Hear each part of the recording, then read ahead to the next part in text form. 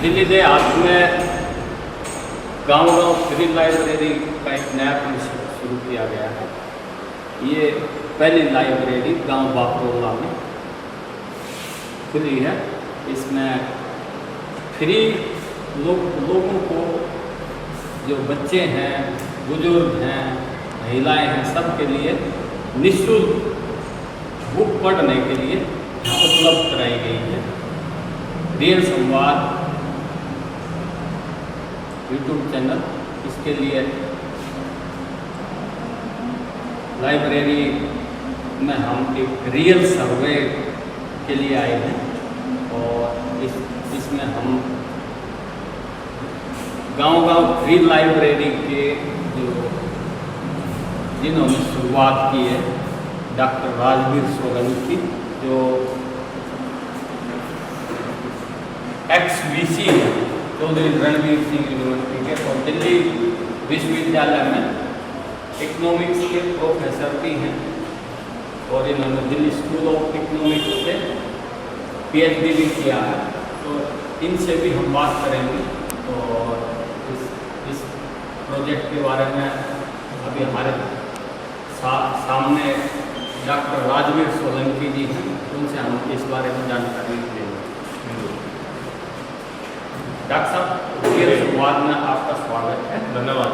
ये आपने जो एक नया कॉन्सेप्ट शुरू किया गांव-गांव में लाइब्रेरी, जी, तो इसके बारे में हम आपसे जानना चाहेंगे। आपने इस जो गांव-गांव लाइब्रेरी को किस सोच के तहत शुरुआत किया? ऐसा कि मैं सारे जीवन शिक्षक रहा हूँ। मेरी जो शिक्षा है वो दिल्ली, आपने बता दिया, दिल्ली स्कूल ऑफ इकोनॉमिक्स से मैंने MA और PhD की थी। उसके बाद से मैं दिल्ली यूनिवर्सिटी के पहले स्वामी श्रद्धानंद कॉलेज में और बाद में डॉक्टर भीमराव अम्बेडकर कॉलेज में शिक्षक के तौर पर, प्रोफेसर के तौर पर रहा और भीमराव अम्बेडकर कॉलेज में प्रिंसिपल रहा। उसके बाद में महाराजा सूरजमल इंस्टीट्यूट जनकपुरी वहाँ डायरेक्टर और प्रोफेसर रहा। उसके बाद चला गया था मैं और सिरसा में चौधरी देवीलाल विश्वविद्यालय है वहाँ, और जींद का चौधरी रणबीर सिंह विश्वविद्यालय, इन 2 विश्वविद्यालयों में वाइस चांसलर के तौर पर काम करने के बाद मैं सेवानिवृत्त जब हुआ तो मुझे लगा कि जिस गांव से मैंने ये यात्रा आरंभ की थी, जहाँ मेरा जन्म हुआ था, उस गांव को मैं अपना तीर्थ मानता हूँ अभी भी। हालांकि मैं इस गांव में 40-50 साल बीच में नहीं रहा, तो शिक्षा के दौरान मैं हॉस्टल में चला गया था और फिर वहीं से जॉब लग गई। तो मुझे लगा कि ऐसे तीर्थ में दोबारा से अपने को कुछ करने की और कुछ देने की ज़रूरत है। गांव ने मुझे बहुत कुछ दिया है, ग्रामवासियों ने बहुत कुछ दिया है, उनका प्यार है। तो मेरे मन में ये आया कि मैं एक साधारण किसान का बेटा होते हुए, यदि अनपढ़ किसान का बेटा होते हुए इन शैक्षणिक जगत के ऊंचे पदों को छू सकता हूं, तो हमारे गांव के बच्चों में बहुत सारा पोटेंशियल, क्षमताएं, योग्यताएं हैं। तो वो योग्यताएं बाहर निकलें और वो उनको, उनकी एनर्जी को चैनलाइज करें। उसके लिए मुझे लगा कि लाइब्रेरी से बेहतर कोई कंसेप्ट मेरे पास तो नहीं हो सकता, क्योंकि लाइब्रेरी एक तो बच्चे को जगह देती है कि भाई आप यहाँ बैठकर पढ़ सकते हैं, बुक्स देती है, अगर उसके पास किताबें नहीं हैं वो हमें बता सकता है, हम वो किताब और कहीं ना कहीं से कर देंगे, उसको मंगा के देंगे, तो वो हो सकता है। साथ में लाइब्रेरी एक बड़ा काउंसलिंग का सेंटर भी है कि भाई क्या करना है, कैसे करना है। यदि कोई बच्चा पूछे तो वो भी कभी कभी एक्सप्रेस करने का भी यहाँ मौका मिल सकता है कि बच्चे को खड़ा होकर, जिसको जीवन भर किसी बेटे को गांव में कहीं एक्सप्रेस करने का कोई सांस्कृतिक केंद्र नहीं होते, तो ये कम्युनिकेशन का सेंटर भी बन सकता है, गांव के संवाद का केंद्र भी बन सकता है। इन सारी चीज़ों को ध्यान में रखें, और ये सारी चीज़ें व्यक्ति के विकास के लिए आवश्यक हैं, उसको समग्र विकास उसका हो, उसके लिए आवश्यक है। तो मुझे लगा कि मैं इसकी शुरुआत निःशुल्क लाइब्रेरी आरंभ करके करता हूँ। तो ये फ्री लाइब्रेरी मैंने शुरू की है और ये कंसेप्ट केवल यहीं तक सीमित रखने के लिए मैंने शुरू नहीं किया है।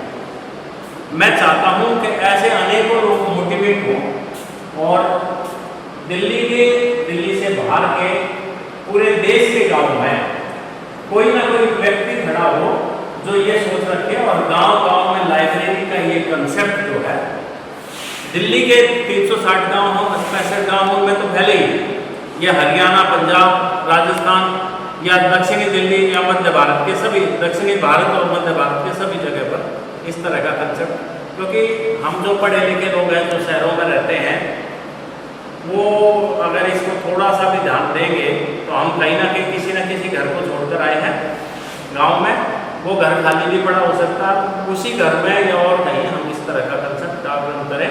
और पढ़े लिखे लोगों के पास ना तो किताबों की कमी होती है, ना उनके कॉन्टैक्ट की कमी है कि वो किताब उनको मिलेंगी, तो इनिशिएटिव लेने की बात है।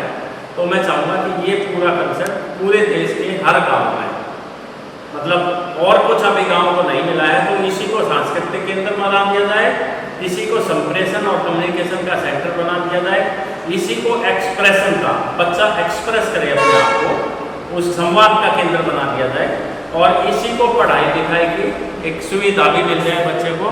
घर छोटे हैं, घर में बिजली नहीं है, पंखा नहीं है या डिस्टर्बेंस ज़्यादा है तो यहाँ शांति से आकर पढ़े। और यदि साल में 2 साल में हम कुछ बच्चों को ही ठीक कर पाएंगे, उनको सुधार पाएंगे। और एक अच्छी और चीज़ भी है कि बच्चे को जब ये ऑप्शन नहीं मिलेगी तो वो कहीं बाहर जाएगा, उसकी संगत गलत हो सकती है, वो उसको स्मोकिंग की कहीं पर आदत पड़ सकती है, वो ड्रग्स की तरफ जा सकता है। उन सब से भी जब उसको ये चैनलाइज अपनी एनर्जी यहाँ करने का मौका मिल जाएगा तो उन सब से भी रुक सकता है। ऐसी सोच है।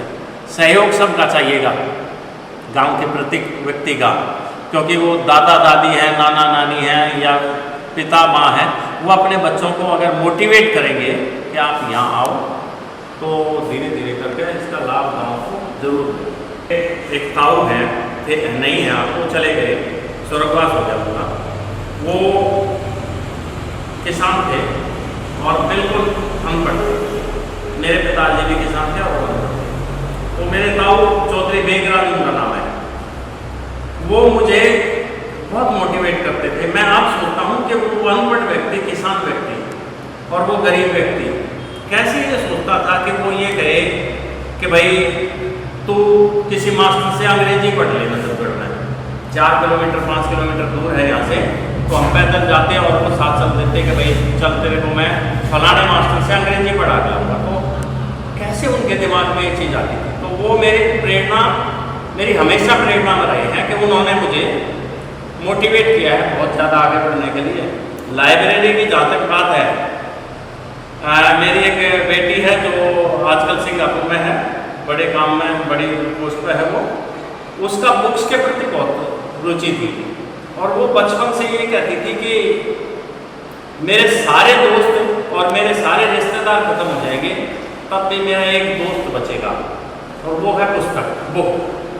तो वो रियली मतलब लाइब्रेरी का कंसेप्ट और बुक से उसका प्यार, लव टुवर्ड्स बुक उसका इतना ज़्यादा था। तो उसको ध्यान में रखते हुए मुझे लगा कि मैं गांव को वापस दूँ और कम से कम मैं जितना कर सकता हूँ यहाँ से शुरुआत करूँ और अपने अनेकों दोस्तों को, ब्यूरोक्रेसी में भी, प्रोफेसर्स भी, वाइस चांसलर्स भी, प्रिंसिपल्स भी, उनको मैं कोशिश करूँगा मोटिवेट करें कि वो अपने अपने गांव में जहाँ भी हैं, राजस्थान में हैं, उड़ीसा में है, कहीं भी वो जाएंगे वापस तो अपने गांव में इस तरह का कंसेप्ट आरंभ करें।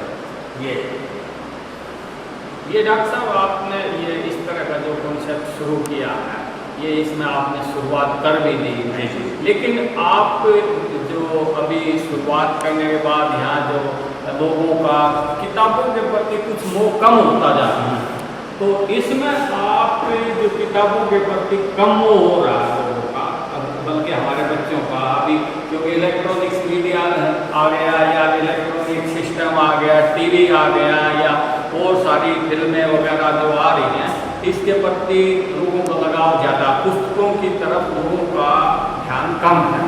तो अभी इसमें आप उनको जो बच्चे हैं उनको अपनी तरफ से कौन सा ऐसा टिप्स देना चाहोगे जिससे बच्चे दोबारा से पुस्तकों की तरफ मोटिवेट हो? ऐसा है, दुनिया में जितने बड़े लोग हैं जो कामयाब हुए हैं, आप किसी के लाइफ हिस्ट्री को सुन लीजिए, खोल के देख लीजिए, पढ़ लीजिए, चाहे यूट्यूब पे पढ़ लीजिए, वो बहुत बेहतरीन रीडर रहेगा।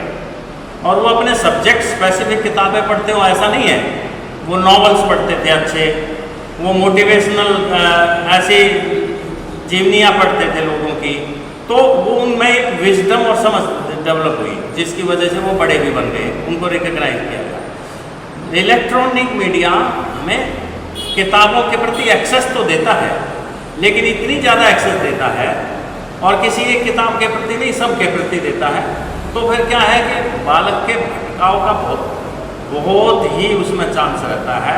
ऐसा लगता है कि बच्चा पुस्तक पढ़ते पढ़ते कहीं और दुनिया में चला जाता है उसी इलेक्ट्रॉनिक मीडिया पर।